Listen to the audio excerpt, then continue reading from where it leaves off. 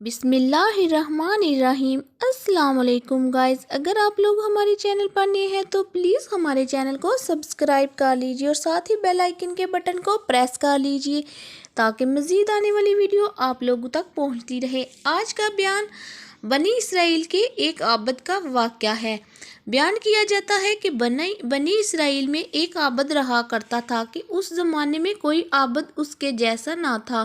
اس وقت میں 3 بھائی تھے اور ان کی ایک بہن تھی جو ابھی تک کنواری تھی۔ اس کے سوا اور ان کی کوئی بہن نہ تھی۔ اتفاقاً ان تینوں بھائیوں کو کہیں لڑائی پر جانا پڑ گیا۔ ان کا کوئی ایسا شخص نظر نہ آیا جس کے پاس اپنی بہن کو چھوڑ جائے اور اس پر بھروسہ کرے، لہٰذا سب نے اس رائے پر اتفاق کیا کہ اس کو عابد کے سپرد کر دیں۔ وہ عابد ان کے خیال کے موافق تمام بنی اسرائیلیوں میں نیک اور پرہیزگار تھا۔ چنانچہ اس کے پاس آئے اور اپنی بہن کو حوالہ کرنے کی درخواست کی کہ جب تک ہم لڑائی سے واپس آئیں ہماری بہن آپ کے سایہ شفقت میں رہے گی۔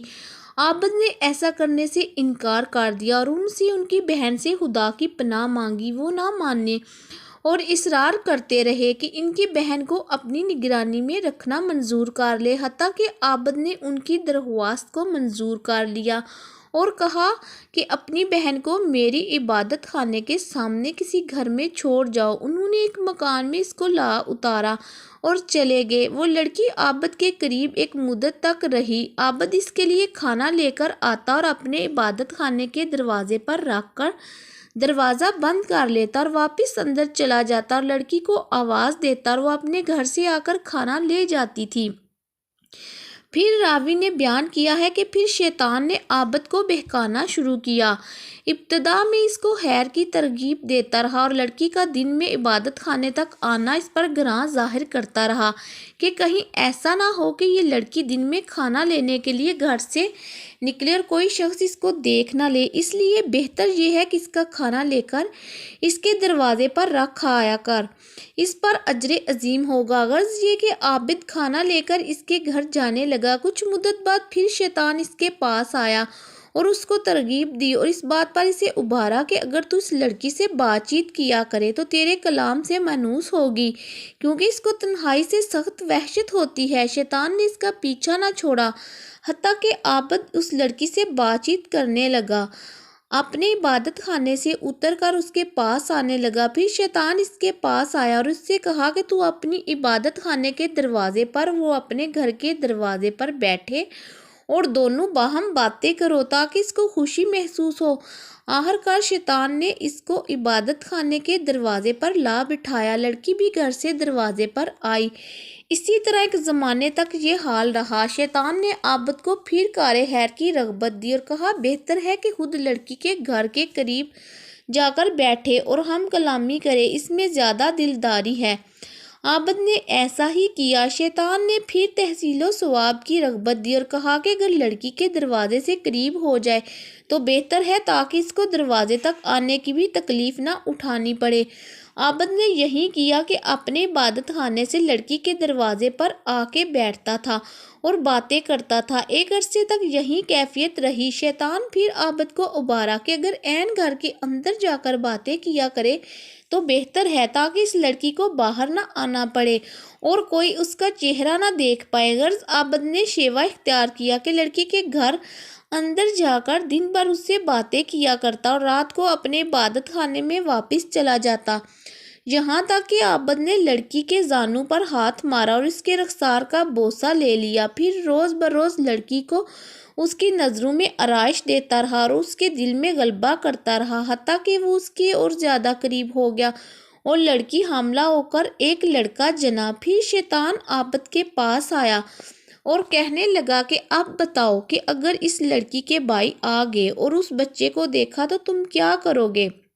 میں ڈرتا ہوں کہ کہیں تم ذلیل نہ ہو جاؤ یا وہ تمہیں رسوا نہ کر دیں، تو بہتر ہے تم اس بچے کو لو اور زمین گاڑ دو۔ یہ لڑکی ضرور اس معاملے کو اپنے بھائیوں سے چھپائے گی، اس خوف سے کہ کہیں وہ نہ جان لے کہ تم نے اس کے ساتھ کیا حرکت کی۔ عابد نے ایسا ہی کیا اور لڑکے کو زمین میں گاڑ دیا۔ پھر شیطان نے اس سے کہا، کیا تمہیں اس بات پر یقین ہے کہ یہ لڑکی تمہاری ناشائستہ حرکت کو اپنے بھائیوں سے پوشیدہ رکھے گی؟ ہرگز نہیں، تم اس کو بھی پکڑو اور ذبح کر کے بچے کے ساتھ دفن کر دو۔ غرض اس عابد نے لڑکی کو ذبح کیا اور بچے سمیت گھڑے میں ڈال کر اس پر ایک بھاری پتھر رکھ دیا اور زمین کو برابر کر کے اپنے عبادت خانے میں جا کر عبادت کرنے لگا۔ ایک مدت گزرنے کے بعد لڑکی کے بھائی لڑائی سے واپس آئے اور عابد کے پاس جا کر اپنی بہن کا حال پوچھا۔ عابد نے ان کو اس کے مرنے کی خبر دی، افسوس ظاہر کر کے رونے لگا اور کہا کہ بڑی نیک عورت تھی، دیکھو یہ اس کی قبر ہے۔ بھائی قبر پر آئے اور اس کے لیے دعائے خیر کی۔ پھر بیان کرتے ہیں کہ جب رات ہوئی اور وہ اپنے بستروں پر سوئے تو شیطان ان کے خواب میں ایک مسافر آدمی کی صورت میں آیا۔ پہلے بڑے بھائی کے پاس گیا اور اس کی بہن کا حال پوچھا۔ اس نے عابد کا اس کے مرنے کی خبر دینا اور اس پر افسوس کرنا اور مقام قبر دکھانا بیان کیا۔ شیطان نے کہا، سب جھوٹ ہے، تم نے کیوں کر اپنی بہن کا معاملہ مان لیا؟ عابد نے تمہاری بہن سے بدفعل کیا، حاملہ ہوگی اور ایک بچہ جنا۔ عابد نے تمہارے ڈر کے مارے اس بچے کو اس کی ماں سمیت ذبح کیا اور گڑھا کھود کر دونوں کو اس میں ڈال دیا۔ شیطان نے مزید کہا، جس گھر میں تمہاری بہن تھی اس کے اندر داخل ہونے میں وہ گڑھا داہنی جانب پڑتا ہے، تم چلو اور اس گھر میں جا کر دیکھو، تم کو وہاں دونوں ماں بیٹے ایک جگہ ملیں گے جیسا کہ میں تم کو بیان کر چکا ہوں۔ پھر شیطان دوسرے بھائی کے خواب میں آیا، اسے بھی ایسا ہی کہا۔ پھر چھوٹے بھائی کے خواب میں آیا اور اسے بھی ایسا ہی کہا۔ جب صبح ہوئی تو سب لوگ بیدار ہوئے اور تینوں اپنے اپنے خواب سے تعجب میں تھے۔ ہر ایک آپس میں ایک دوسرے سے بیان کرنے لگا کہ میں نے رات عجیب و خواب دیکھا ہے۔ سب نے باہم جو کچھ دیکھا تھا بیان کیا۔ بڑے بھائی نے کہا، یہ خواب فقط ایک خیال ہے اور کچھ نہیں، یہ ذکر چھوڑو اور اپنا کام کرو۔ چھوٹا بھائی کہنے لگا کہ میں تو جب تک اس مقام کو دیکھ نہ لوں گا باز نہ آؤں گا۔ تینوں بھائی چلے، جس گھر میں ان کی بہن رہتی تھی، آئے، دروازہ کھولا اور جو جگہ خواب میں بتائی گئی تھی اسے تلاش کیا اور جیسا ان سے کہا گیا تھا کہ ان کی بہن اور اس کے بچے کو ایک گھڑے میں ذبح کیا ہوا پایا۔ انہوں نے عابد سے کل کیفیت دریافت کی۔ عابد نے اس قول کی اس فعل کے بارے میں تصدیق کی۔ انہوں نے اپنے بادشاہ سے جا کر عابد کی شکایت کی۔ عابد کو پھر اس کے عبادت خانے سے نکالا گیا اور اس کو مارنے کے لیے لے جایا گیا۔ جب اس کو مارنے کے لیے لے جایا جا رہا تھا تو شیطان اس کے پاس آیا اور کہا، تم نے مجھے پہچانا؟ میں وہی تمہارا ساتھی ہوں جس نے تم کو عورت کے فتنے میں ڈال دیا، یہاں تک کہ تم نے اس کو حاملہ کر دیا اور ذبح کر ڈالا۔ اب اگر تم میرا کہنا مانو اور تم مجھ کو سجدہ کرو تو تمہیں میں اس سے نجات دلا دوں گا۔ عابد نے سجدہ کیا، خدا تعالیٰ سے کفر کیا۔ پھر جب عابد شخص نے کفر کیا تو شیطان اس کو اس کے ساتھیوں کے قبضے میں چھوڑ کر چلا گیا۔ انہوں نے اس کو اس کے کیفر کردار تک پہنچا دیا۔ حاصل اس واقعہ سے ہمیں یہ سبق ملتا ہے کہ اندازہ کیجیے کہ شیطان ہمارا کس قدر سنگین دشمن ہے اور اس کے وار کس قدر سنگین ہیں۔